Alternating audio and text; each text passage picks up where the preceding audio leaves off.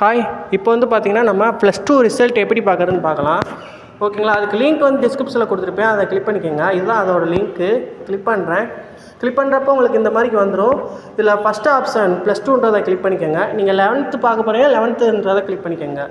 இதில் வந்து பார்த்தீங்கன்னா உங்கள் ரிஜிஸ்டர் நம்பர் கொடுக்கணும்.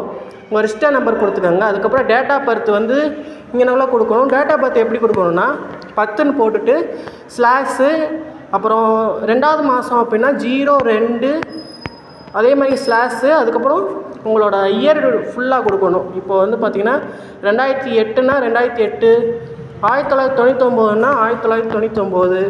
ஸோ இந்த மாதிரி கொடுத்துட்டு கெட் மார்க்ஸ் பண்ணி கொடுத்துட்டிங்கன்னா, இந்த பட்டனை கிளிக் பண்ணிங்கன்னா உங்களுக்கு வந்து பார்த்திங்கன்னா உங்கள் பேஜ் ஓப்பன் ஆகி அதில் வந்து ரிசல்ட் எல்லாமே வந்துடும்.